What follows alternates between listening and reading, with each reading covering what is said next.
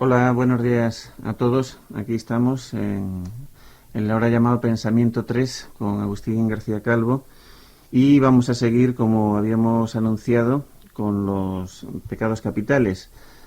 Os recuerdo, como comentábamos, que no se trata de hacer arqueología y ver cómo antes se intentaba engañar o oprimir a la gente, sino intentar hallar, ya que las cosas han venido cambiando para seguir siendo lo mismo, qué es eso lo mismo, que hay idéntico entre el poder antes y el poder ahora. Empezamos con el de la soberbia, como recordaréis, toca entonces avaricia. Contra avaricia, el catecismo recomienda largueza y define la avaricia como un apetito desordenado de deseo de hacienda. Ya veíamos el viernes pasado al respecto de la soberbia, como de ser un pecado entonces, parecía haberse convertido en una virtud, al menos en la manera en que Agustín nos lo describía, como sentimiento de seguridad en sí mismo con el que se adornaban o se presentaban ejecutivos y don Juanes. No sé si esta será una cosa general de todos estos pecados capitales, pero con la avaricia pasa otro tanto. Como sabéis, es una virtud muy extendida, de la que sobre todo hacen gala pues la usura organizada, la banca y todos los organismos bancarios. Os invitamos pues a seguir repasando estos pecados o virtudes y disponéis para ello de los teléfonos de costumbre para intervenir. Son el 442-7126 y el 711-1099. Los repito, 442-7126 y 711-1099. Buenos días, Agustín. Buenos días, Javier, y buenos días a todos los oyentes. Y vamos a seguir efectivamente con esta retahíla que Javier ha sacado del padre Astete y tratando de encontrar, como él nos ha dicho, cuál es la cara política de estas monsergas morales de la religión de otros tiempos, porque una y otra vez partimos de que la distinción entre moral y política es de por sí una mentira y que por tanto no puede haber pecados privados porque la vida privada es pública, como se sabe, y política por tanto. De todas formas, no olviden los lectores que a pesar de que el padre Astete ponía contra los 7 vicios 7 virtudes que el otro día estuvimos recitando, aquí pensamos tal vez que podríamos ser más económicos y como no nos gusta hablar de virtudes porque solo se trata de lo que es malo, porque si no, en cuanto se trata de ello, aunque fuera bueno, se vuelve malo también. Preferíamos que los pecados se combatieran unos a otros y así poníamos como lema lo de contra envidia soberbia, contra gula avaricia, contra ira pereza, que por supuesto son 2 a 2, se puede decir del revés, contra soberbia envidia, contra avaricia gula, contra pereza ira. De manera que, partiendo de este posible combate de los pecados unos contra otros, vamos a entrar con el que hoy Javier nos ha anunciado, es el llamado de la avaricia. Lo más característico de este pecado es que el nombre tiene, o ha venido tomando, 2 significados no solo distintos, sino en cierto sentido opuestos, porque parece que, por un lado, avaricia es efectivamente algo simplemente positivo, algo semejante o equivalente a la codicia. Todavía en la definición del Astete parece que es así, que decía... Apetito desordenado de deseo de hacienda. Sí, apetito desordenado de hacienda, es decir, que sería aquel gran pecado que los moralistas de otros tiempos, anteriores incluso al padre Astete, llamaban codicia, más bien, la codicia, el deseo de más y más, contra el que ponían esta pega de que es una especie de apetencia inagotable, porque del querer más y el conseguir más, lo único que se saca es la necesidad de querer más todavía otra vez. Pero por otro lado, avaricia entre nosotros ha llegado a tomar un significado casi opuesto, porque avaricia no se entiende hoy tanto como el apetito de más y más bienes, de más y más hacienda, sino sobre todo como la incapacidad de gastar, algo semejante a la mezquindad, a la miseria. El avaro ya desde hace siglos es el mísero, el mezquino, el que no gasta. De manera que el primer objeto de reflexión es el de la relación entre estas dos cosas, la necesidad de tomar para sí más y más, amenazando que esto sea una cadena sin fin, y la incapacidad de dar, la necesidad de tomar más y más y la incapacidad de dar. ¿Cuál puede ser la relación entre uno y lo otro? Es una cosa que en parte nuestros oyentes nos tienen que decir también, acudiendo siempre, si es posible, como les pedimos cuando les pedimos que hablen, a su sentimiento popular, a lo que haya en ellos de pueblo, porque ahí estamos seguros de que corazón y razón son la misma cosa y por eso nos gusta oírles hablar, sobre todo como público, no como personas privadas. Sí, es un poco curioso que lo característico de este pecado, cuando lo pasamos al plano político, es en nuestros días la imposibilidad de la avaricia en cuanto incapacidad de gastar, en cuanto cualidad que consiste en guardar. Porque la ley que rige la política de nuestros días, nuestra economía, es la del despilfarro, por el contrario. Parece ser que a lo que se está invitando constantemente es a gastar. Incluso cuando se invita a invertir en la banca o en los bonos del Estado o en lo que sea, no se está invitando, por supuesto, a que el dinero quede recluido en el arca. Es un objeto de risa perpetua de los ejecutivos, las viejas maneras del avaro, guardando su dinero en la media, debajo de la almohada, debajo de un ladrillo, en todo caso en un arca. Esto se ha vuelto ridículo, se hace objeto de ridículo, y eso demuestra que lo que hoy se considera una especie de virtud es, bueno, pues ya se sabe lo que es que uno, como persona, se someta a la necesidad de vida que el dinero mismo tiene. Lo que trataremos de ir viendo aquí durante este rato es cómo la vida de las gentes ha venido siendo sustituida por la vida del dinero, y que a las gentes a lo que se les invita no es tanto a que tomen o adquieran o a que guarden o despilfarren, sino que a que por medio de esos diversos actos contribuyan a darle movimiento, es decir, vida al capital, que es en definitiva de lo que se trata. Pero no podemos invitar a nuestros oyentes a que hablen de esto, digamos, del aspecto personal de la avaricia, sin invitarles también a que piensen sobre el objeto, sobre la cosa, el oro, el dinero, la hacienda, como dice el Astete. A ver qué es eso, porque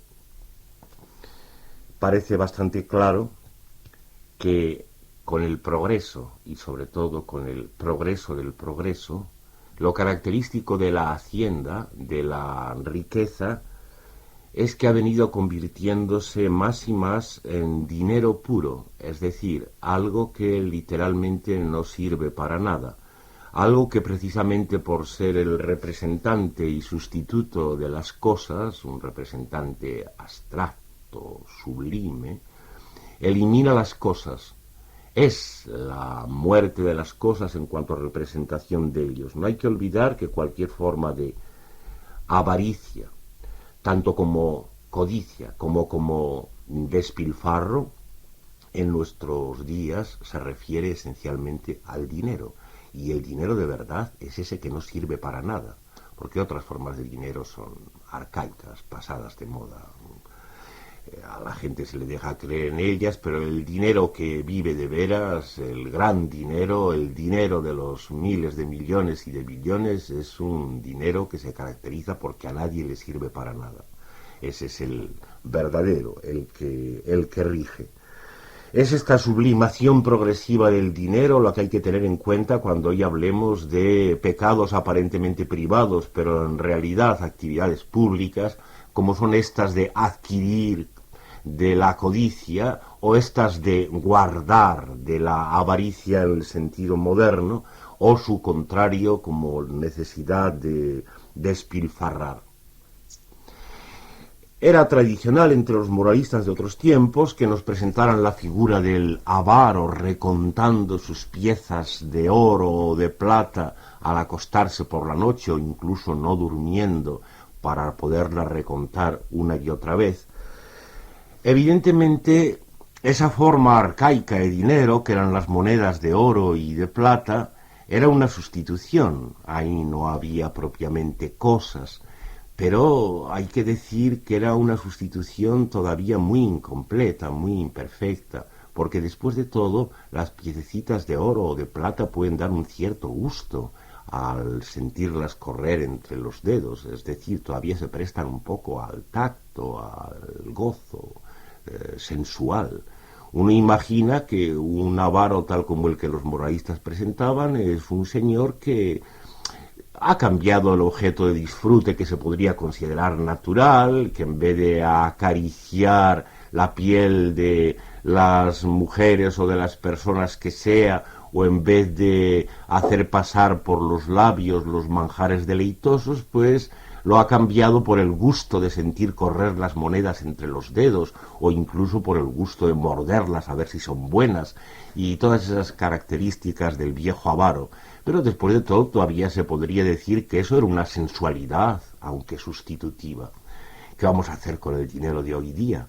Con el dinero donde ya no hay monedas de oro ni de plata ni nada que se parezca, ese dinero que es puros números del crédito en la banca y en los depósitos del Estado o del capital. La sustitución del gozo de lo palpable aquí tendría que llevarnos a caminos de sublimación extrema. No voy a decir que no haya gente que en cuanto persona no sienta una cierta reconfortación del corazón, un cierto gozo, cuando la banca le notifique que su cuenta ha aumentado en un poco más de lo que pensaba, o por lo menos cuando le asegura que no hay formas de gozo que, bueno, están ahí. Únicamente hay que hacer constar que están mucho más alejadas de las manos y de los labios y casi hasta de los ojos que las del viejo avaro de otros tiempos. Es un disfrute con los números, es el más sublimado, el más abstracto de los disfrutes cuando se llega a esto. Los números que son siempre, pues, números ligados inmediatamente, eso sí, con el crédito, con la fe que a cada una de las personas le presta la banca o el Estado. No hay que olvidar esta relación inmediata entre los números y la fe, la verdadera fe actual, no la de religión de otros tiempos, sino esta fe que suele llamarse crédito. De manera que cuando los moralistas de otros tiempos presentaban al avaro y lo condenaban como que se volvía esclavo de sus bienes, se volvía esclavo de su dinero o de sus monedas, habría que plantear cómo es la cosa hoy, cómo es esa esclavitud de hoy día, cómo es, en qué sentido se puede decir que esa inversión tradicional sigue hoy día rigiendo. La inversión tradicional era a la que se refiere al verbo tener. Hay un momento en que el señor se puede decir que tiene su dinero, y decían los moralistas, sí, pero llega un momento en que es el dinero el que tiene al señor, y aquel que pretendía ser dueño de su dinero se ha vuelto literalmente su siervo. Habría que ver en qué manera rige hoy esta inversión. No sé si tenemos ya algún oyente que nos ayude. Pues no, hoy están un poco avaros de intervención en el segundo sentido. Sí, más bien se retraen. Bueno, vamos a seguirlos animando. Yo no sé, difícilmente se podrían encontrar cuestiones más actuales y más palpitantes que estas referentes al dinero y por tanto a las formas de la codicia y de la avaricia y del despilfarro. Pero tal vez nuestros oyentes están justamente tan cerca de eso que es el dinero, tan presionados o impresionados por él, que eso es lo que les retrase algo. hay que recordar la falsedad de la relación con la necesidad. Es la mentira fundamental que rige a los procesos estos de conversión del dinero. Se ha hecho una sustitución de necesidades. Ya don Sentó, por ejemplo, en sus tiempos, decía que todo lo malo que nos pasa es por el querer tener de más, porque por lo necesario, por lo que fuera de verdad necesario, por el mester, como él dice, por eso nunca pasaríamos grandes trabajos. En buscar lo de más es cuanto mal habemos, por el mester jamás mucho no enlazaremos. Esta sustitución de la necesidad primaria y verdadera por otras necesidades está desde luego implicada en este mecanismo, pero me gustaría que fueran ya algunos de nuestros oyentes más o menos presas del dinero los que se fueran lanzando. Sí, pues vamos con ello. Hola, buenos días. Hola, buenos días. Bueno, quería decir un par de cosas sobre la contraposición entre los pecados capitales, o bueno, pecados o virtudes, como estáis diciendo. Quisiera decir que, bueno, pues que ante todos ellos pues se contrapone la lujuria. La lujuria es el núcleo primario que ha sido negado desde siempre, ¿no? Se niega la lujuria en el sentido corporal, se niega la lujuria en el sentido de exuberancia al buscar más para tu propia vivencia, sea dinero, sea... Pero esa búsqueda de más es o sea, el término que digo búsqueda de más es un término que nos han inculcado a nosotros. No es que busquemos más, es que necesitamos la experiencia esa. Entonces, claro, cuando al avaro se le dice, este hombre llega a sustituir el dinero por el gozo de otras cosas, en realidad lo que ha hecho es ha acentuado la contradicción, ha llegado al momento máximo en el que el sistema, el Estado capital, ha hecho a un individuo asumir su no yo, su no personalidad en algo que es creado por el mismo Estado, como es el dinero, y encima eso es penalizado, ¿no? Sí. Bueno, y nada más, me he liado un poco, pero nada más. No, está bien. Vale, Gracias, adiós. Sí, en lo que se refiere a la lujuria, naturalmente lo dejaremos para el día que toque, porque como vamos recorriendo los pecados uno por uno, conviene no liarse, pero desde aquí hay que tal vez intentar aclarar en lo que nuestro oyente ha planteado, que eso de la apetencia o el deseo de más, en el caso de la lujuria y en el caso de la codicia, tiene dos signos o dos sentidos muy distintos, porque en el caso de la lujuria o digamos del amor, para no emplear palabras injuriosas, se trata de un más y más que no está contado. Esto es lo esencial. Es decir, que es infinito en el sentido de que es indefinido. La apetencia de más y más, la insaciabilidad del amor, consiste justamente en que aquello que apetece no tiene cómputo, no está sujeto a números ninguno. Esto le diferencia esencialmente de la apetencia de más y más bienes de hacienda por parte del codicioso, del avaro, donde la cuestión justamente está sometida a una escala numérica precisa, de manera que el más y más es otra cosa. Sí, sobre eso tendremos que volver cuando se trate de la lujuria, y no sé si se me ha escapado algo más en lo que nuestro oyente decía. Bueno, él hablaba de ese no yo que viene a rellenar el dinero, como si por un lado fuera la personalidad que la persona puede tener, y por otro el someterse a una cosa exterior como el dinero. Sí. No sé yo si él nos había liado un poco, precisamente sí, como él decía, ¿no? Porque en realidad sí él hacía muy bien en apuntar que el caso del que ha sustituido los deseos o las apetencias de placer por esa especie de placer sustitutivo, si se le puede seguir llamando placer, que es no ya el de las monedas, sino el de los números, es algo así como la culminación del proceso, pero no del proceso de superación o destrucción de la personalidad, sino de la más perfecta constitución de la personalidad. porque como insistimos aquí una y otra vez, la persona es algo esencialmente abstracto, como el Estado y el capital, y naturalmente el caso del codicioso que pone su vida en el dinero es el caso perfecto de aquel que ha llegado a tener toda la personalidad que se puede tener. Aquellos suicidios que nos contaban de los años 29 y por el estilo, de los banqueros que se arruinaban de repente, es el caso, ¿no? Efectivamente, la vida se ha hecho toda ella dinero, que es justamente lo que el capital pretende, que la vida se haga toda dinero, para que vamos a andar con complicaciones y con infinitudes, que la vida se haga toda dinero, y en el caso de estos suicidios teníamos un ejemplo muy ilustrativo. Pues vamos con la siguiente llamada. Hola.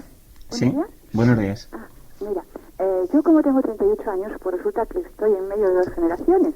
Y por un lado, veo a mis padres, que por ejemplo voy yo y enciendo la luz y me dan un manotazo, lo apagan sin contemplaciones. Y yo le canto a mi madre, apaga la luz, Mariluz. Porque claro, como me da tanta rabia, pues entonces digo, bueno, esto tiene que ir de cachondeo, ¿no? Luego, por ejemplo, ven la televisión, escuchan la radio, cualquier cosa, y dicen, no entiendo. Pero en cuanto que hablan de las pensiones, caramba, ponen los ojos como tomates. Su frase preferida es decir eso de, hay que hacer por tener. Porque cuando la guerra, aquí el que había forrado tuvo, y el que no, pues se las vio y se las deseó, y están siempre pensando en que pueda venir una guerra, debe ser que la echa mucho de menos. Bueno, como esto no tiene mayor complicación, pues ahora me refiero a los hijos.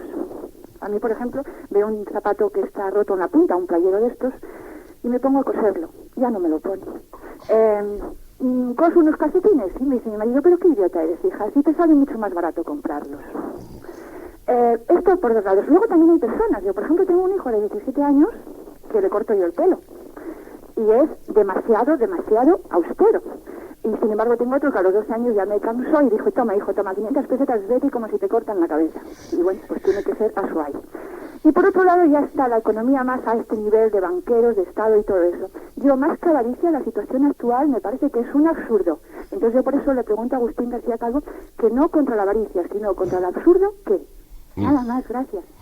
Gracias a ti. Está bien plantear esa reducción al absurdo. Hoy tal vez sería un poco inoportuno para el tono de este programa meternos con el análisis del absurdo que está implícito, el absurdo que es contradicción, en toda esta cuestión del dinero que se nos impone. Voy a ver si intento en algún periódico dedicarme a desarrollar esa forma de absurdo como nuestra oyente pide. Parece que esto requiere un poco más la palabra escrita y el análisis un poco más meditado. Por lo demás, ha sido muy de agradecer esta contraposición entre los dos tipos de sometimiento al capital que nuestro oyente nos ha presentado. Ha sido extremadamente acertada. Un momento en el que reinaba la ley del aforro. Había todavía ministros que salían al palenque teniendo como programa lo de apretarse el cinturón. Es una cosa que parece muy arcaica, pero así era. Y, sin embargo, no tan distinto, porque ahora sí creo que están hablando de... Otra vez sí, pidiendo que se aprieten los cinturones. Sí. Tal vez no lo digan así, pero porque ellos hablan más a lo sublime, ¿no? Hablan, ¿qué metáforas emplean? Lo del enfriamiento. Sí, sí, el enfriamiento de la economía. Sí. Bueno, tonterías de estas que en parte vuelven y en parte no vuelven. Desde luego, los niños de esta señora obedecen como... y esto es sangriento constatarlo, obedecen como la mayor parte de los niños y de los consumidores más jóvenes de nuestras últimas jornadas a la ley de lo que se les manda, es decir, hay que despilfarrar, lo esencial es despilfarrar. Hasta tal punto se ha visto que los bienes no eran bienes de verdad, palpables, sino no eran más que pretextos para hacer circular el dinero, que evidentemente de lo que se trata es pues de todo ese ciclo bien conocido, ¿no? Hay que despilfarrar y estropear lo más pronto posible los zapatos, como en el caso de nuestra oyente, o los autos o cualquier otra cosa, porque de esa manera hasta los benditos socialistas se alegran porque se crean puestos de trabajo, porque si no se despilfarrara a esa velocidad, ¿cómo iba a haber puestos de trabajo nuevos? En fin, toda esta tontería pesada y sangrienta a la que asistimos. Como se ve, al capital alternativamente le hace falta el uno y lo otro, le hace falta recomendar el ahorro en otros tiempos, le hace falta recomendar el despilfarro en la avaricia en el sentido de la incapacidad para dar, o su contrapuesto, que es la necesidad de dar sin dar nada, porque lo único que se da es eso, es dinero, como que parece ser la ley que más actualmente rige. Bueno, pues seguimos teniendo llamadas. Vamos con una Adelante. más. Hola. Sí, Hola. adelante. Bueno, que yo sí siento esa necesidad. Bueno, la verdad es que pocas veces acumulo más de 20.000 o menos de 1.000 pesetas, sí. Pero yo sí siento esa estúpida necesidad de acumular. Y como no sé, como acumulo tampoco, o sea, como si me compro una cosa y no me puedo comprar otra, pues yo lo que quiero es acumular y tener, por tener algo, vamos. Porque yo sé que si me compro algo, ya no voy a poder comprarme otra cosa. Entonces, eso de tener, pues no sé, por miedo a no tener. Perdona, pero está un poco oscuro eso, porque si tú quieres acumular, ¿a qué procedimiento O sea, acudes? no acumular, sino en el sentido de que yo quiero, o sea, lo que no quiero es no tener un poco de dinero, o sea, igual entre 10.000 y 20.000 pesetas, porque a una cosa igual quiero comprarme, ¿no? Ya, Pero si me compro una cosa, pues como no tengo tan poco, pues me quedaré sin nada, entonces... o sea, tú tener disponible en el bolsillo 20 o 30.000 pesetas, es lo que dices. Bueno, sí o no, porque... Pero, ¿Eh? sí, bueno, sí. Pero no, bueno, yo te refiero, eso es un ahorro de casi toda mi vida. Ya, Lo que quiero decir es que es tener por tener, porque la verdad es que no me gustaría gastarme. Aunque en el fondo sí me gustaría, como sé que lo que compro luego voy a pensar que es una bobada. sí. Ya. Bueno, solo eso. Pero y si quieres, perdona, si quieres asegurarte de que el día de mañana vas a seguir teniendo 20 o 30.000 en el bolsillo, ¿qué haces? Pues las tengo para no... O sea, por eso no me las gasto. Pero entonces tú eres un avaro de los otros tiempos, eres un avaro de tipo muy arcaico. Sí, de eso de yo... Tendrás muy disgustados a los empleados de la banca.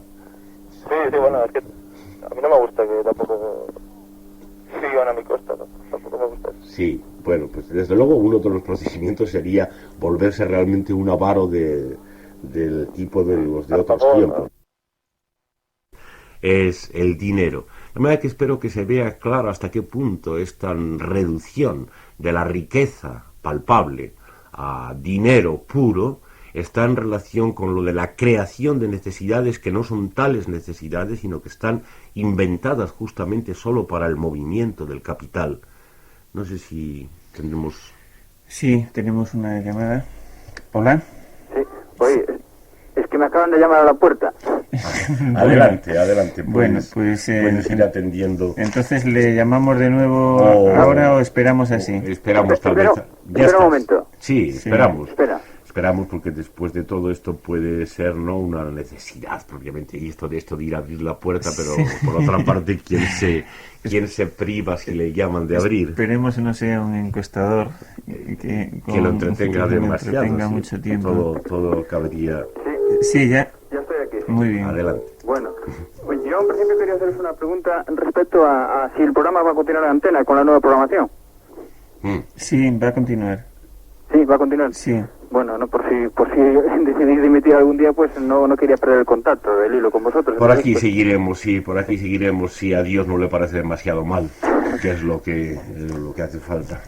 Bien, yo con respecto a lo que estáis tratando, pues eso, que a pesar de que uno se va dando cuenta de lo que aquí se habla y de lo que aquí se viene reflexionando, pues la realidad aplastante pues nos impide que lo pongamos en práctica como quisiera o como es deseable.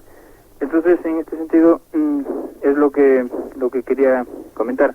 Yo, por ejemplo, que soy de un pueblecito de aquí de Galicia, y este pueblo está casi abandonado.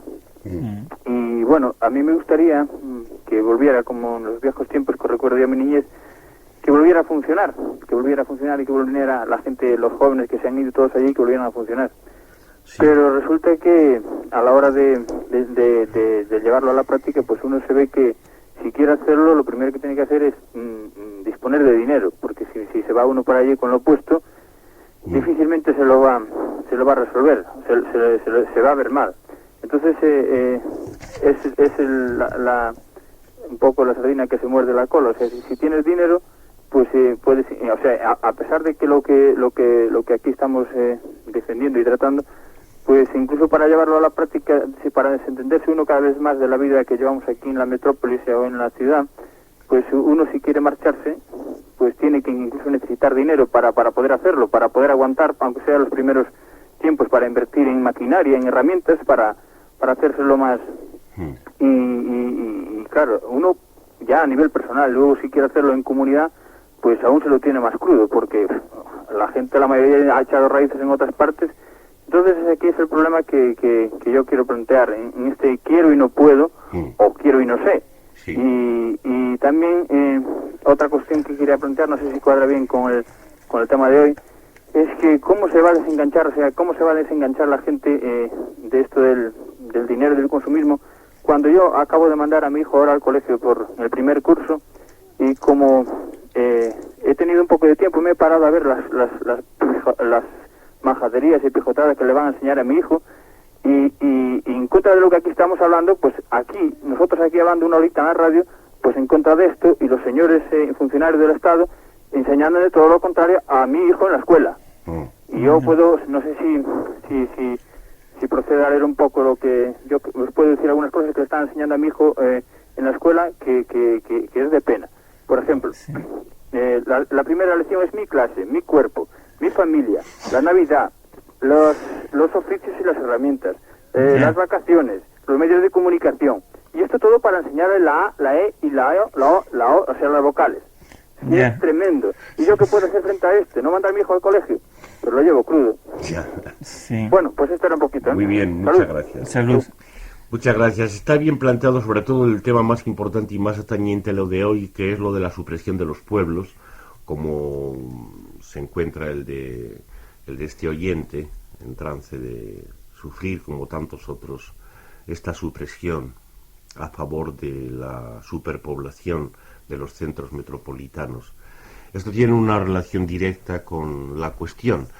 Es evidente que si se tratara de que la gente viviera, pues pueblos como el de este señor y tantos otros pueblos serían los sitios apropiados para vivir, donde más o menos se ha ido viviendo siempre, y donde si en otros tiempos se vivía con una cierta miseria y atraso, como nos dicen, era porque todavía no habían venido las máquinas, tractores y demás para librarles de la miseria. Con las máquinas del progreso, los sitios para vivir eran esos. Es por otra parte claro que en los centros metropolitanos, como este donde estamos metidos, es sumamente difícil vivir. La posibilidad de vivir se aleja cada vez más. Aquí viven en todo caso pues los autos y los televisores y la banca, pero vamos, la gente está más bien sirviendo a estos señores que acabo de citar, y las posibilidades de que viva son sumamente lejanas, ¿no? De manera que ahí se ve bien que la necesidad que promueve esto, lejos de ser ninguna conveniencia de la gente o del público, como todavía los dirigentes quieren hacer creer, es una mera conveniencia de las formas de capital que hoy están rigiendo, para las cuales la producción industrial de inutilidades y el comercio de esas mismas inutilidades es muy conveniente. La creación de centros metropolitanos con suburbios, ahí es donde de verdad vive el dinero de hoy día, el capital. Mientras que, ¿qué interés tienen los pequeños pueblos, las vías férreas que ligaban esos pequeños pueblos? Todo eso se puede suprimir tranquilamente en nombre de la rentabilidad. Y ese criterio funesto de la rentabilidad es el que nos revela cómo están las cosas hoy día. El que es codicioso, que ha venido a demostrarlo, es Dios mismo, o sea, el dinero. Aquello de que las codiciosas fueran las personas es en todo caso cosa de otro tiempo. Hoy el que tiene una codicia insaciable de vida, de movimiento, es el capital mismo. Por tanto, bueno, es una de las maneras en que volvemos el planteamiento relativamente moral que nuestro oyente hacía en un planteamiento político.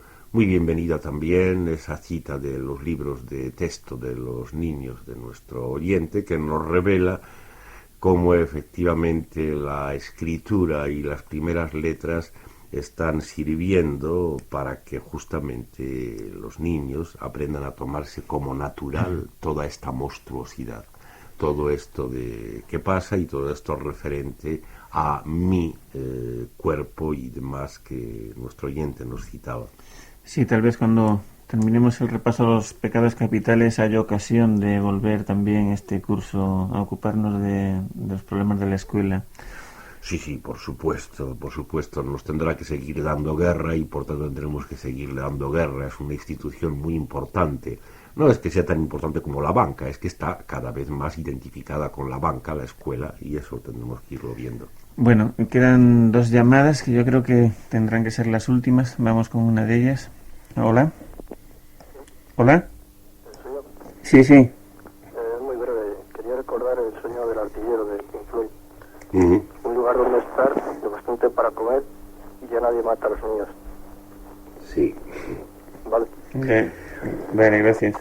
Sí, no está mal evocar en forma de canción o en forma de lo que sea el recuerdo de lo que podría ser una especie de riqueza palpable y algo que respondiera a deseos que de verdad vinieran de abajo de la gente. No está mal recordarlo una y otra vez y que la gente lo recuerde testarudamente todos los días frente a la imposición desde arriba de la creencia en otras necesidades sublimes, abstractas, como es la necesidad de dinero y de asegurar el futuro y de asegurarse uno mismo. No está mal recordarlo. Bienvenido. Sí, bueno, si son tan breves las intervenciones, incluso caben 2 más. Vamos con la siguiente. Sí, Hola. Madrid. Sí. Hola, mira, al punto de lo que decís recién, hay hoy en día yo pienso sobre todo la gente, la persona así en general, ¿no? Tienen esa necesidad de demostración de superioridad, ¿no? Sobre todo de que no se pasa gana, de que no se tiene necesidad, ¿no? Se hace como de que estamos en un estado permanente, en un estado triunfante, constante, ¿no? De que no nos llega, de que no nos afecta la siempre presente amenaza de miseria o de fracaso, que es la razón de ser de estos sistemas en vigencia, ¿no? La amenaza, es decir, estamos, ay, qué alegres estamos, no estamos tan alegres, siempre tenemos ahí atrás ese peligro, esa amenaza que nos moviliza, ¿no? Que está latente ese sentido, esa amenaza de fracaso, de miseria, aún en los más ricos, ¿no? Y uno es eso. Y otro, no sé si me corregiréis o no, esta figura del avaro, me parece que es una figura medieval que tuvo que imponer la Iglesia Católica en su momento porque necesitaba arrancar los caudales, los bienes a los feudales, a los señores que los tenían, ¿no? Y se había convertido en un poder bastante grande y los arrancaba aún a la fuerza entonces inventaron la figura del avaro. Luego supongo que cuando se sofistican las maneras de las finanzas y salen las fuertes burguesías, las burguesías acceden al poder, supongo que la figura del avaro ya no es tan criticada, sino que es casi como un símbolo de prudencia, es casi como una virtud. El hombre avaro se le perdona, se le disculpa de ese avaro, bueno, porque es prudente, ¿no? Como cuando se hace mucho más fácil ganar y perder haciendas por los negocios que se sofistica, como decía antes, el asunto de las finanzas y de los dineros. Parece que inclusive hoy en día hay mucha gente, bueno, es un poco tacaño, es avaro, pero claro, es prudente y tal, y se lo ve a esa persona que tiene caudales ahorrados en base a miseria, como que bueno, a esa persona nunca le llegará la necesidad que sí, a mí que soy un derrochón, ¿no? Y luego se ha sustituido ahora la virtud se ha inventado la figura del hombre trabajador, o qué hombre tan trabajador. Sí, es un muchacho muy muy inteligente y aparte tiene mucha ambición, quiere ser ingeniero y no sé. Y a lo mejor se perdona más al avaro, más no se perdona al avaro, más no se perdona al vago, al que no le interesa, dice, bueno, ese muchacho es un pobrecito, no tiene ninguna ambición en la vida. Y se ha sustituido, cómo se va sustituyendo a través de la historia las virtudes y se van matizando, ¿no? Eso es lo que quería acotar y no sé si Agustín y tú Javier, no sé, tenéis algo que decir. Vale, gracias. Bueno, gracias a ti. Habría muchas cosas que decir. Es una presentación sobre todo de las maneras de reacción, digamos, que entre la gente pueden elegir respecto al uno y lo otro. Hay que recordar que esa crítica del avaro es mucho más antigua que la Iglesia Católica. Desde la antigüedad, el que acumula tierras y tierras para al fin necesitar solamente 6 pies donde enterrarse, ese hacer constar la inutilidad de aquello que se acumula, es un poco desde siempre. Lo que hoy que queríamos hacer ver es, como siempre, saltando a la política, cómo las formas de adquisición hoy día consisten justamente en la adquisición de cosas que no sirven para nada, literalmente, tal como aquello que los moralistas reprochaban al avaro de otros tiempos, pero saltando al plano político. En cuanto a que la gente esté hoy triunfante, esté triste o esté alegre, bueno, pues hay de todo. Hay que maravillarse todos los días de cómo hay gente que todavía puede sonreír en medio de esta monstruosidad en la que la tienen metida, en medio de esta cárcel. Lo que importa no es tanto el que estén tristes o estén alegres, que esto depende, sino la manera en que se aburren. La necesidad que padecen, y hay que verlo de una manera sobre todo sangrante en los niños y en los muchachos y muchachas, la necesidad que padecen de estar continuamente haciendo algo, de forma que la verdadera necesidad es justamente esa necesidad de llenar el tiempo vacío que les han creado. Esa es la verdadera característica de la época y desde luego tiene relación con el tema de hoy. Y bueno, vamos a pasar esta vez sí, la que va a ser la última llamada. Hola. Hola. Sí. No, era solo recordaros una copla que dice que lo insaciable de la codicia es que sabe lo que quiere, pero después se le olvida. Y entonces me gustaría que Agustín que hablara un poco a propósito del olvido del objeto, que es lo que diferenciaría codicia de avaricia, que es fruto de voluntad y sabe lo que quiere, pero la codicia se le olvida. Y nada más, eso era todo. ¿Gracias? Bien, gracias. Bueno, es un manejo de la palabra codicia tal vez un poco demasiado benévolo. Olvido, desde luego, es incompatible con cualquier forma de contabilidad y, por tanto, con cualquier forma de verdadera codicia de adquisición de bienes de hacienda o cualquier forma de necesidad de guardarlos y de reservarlos para un futuro. Una y otra cosa requieren contabilidad.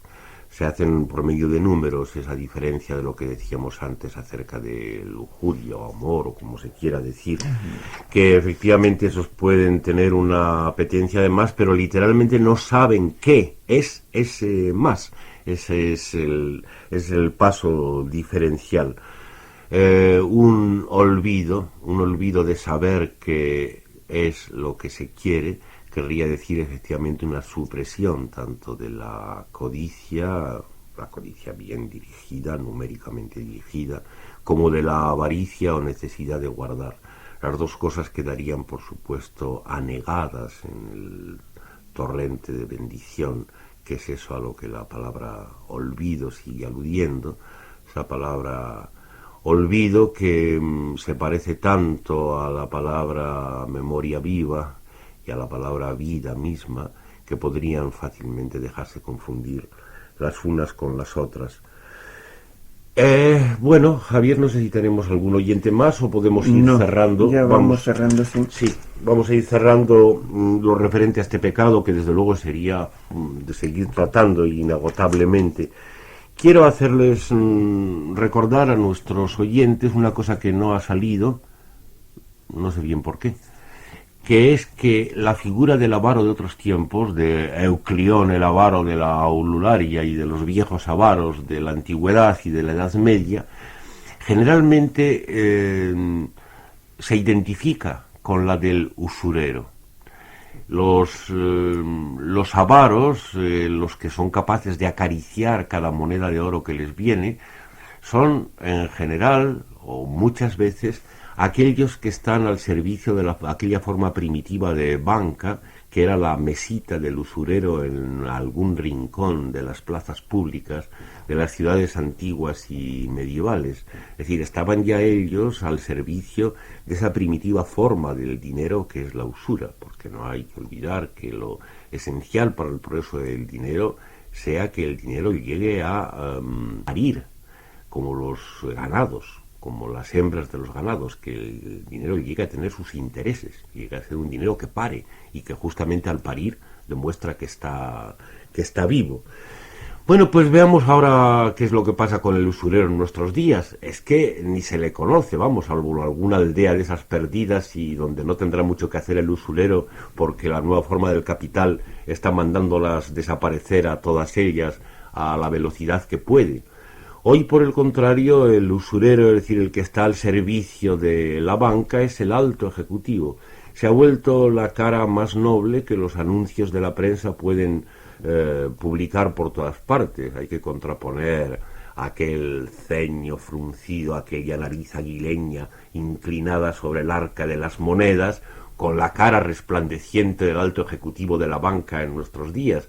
Bueno, y quien dice el ejecutivo de la banca dice el ejecutivo de las oficinas del Estado, porque sabemos que todos son los mismos, como la gente sabe, ¿no?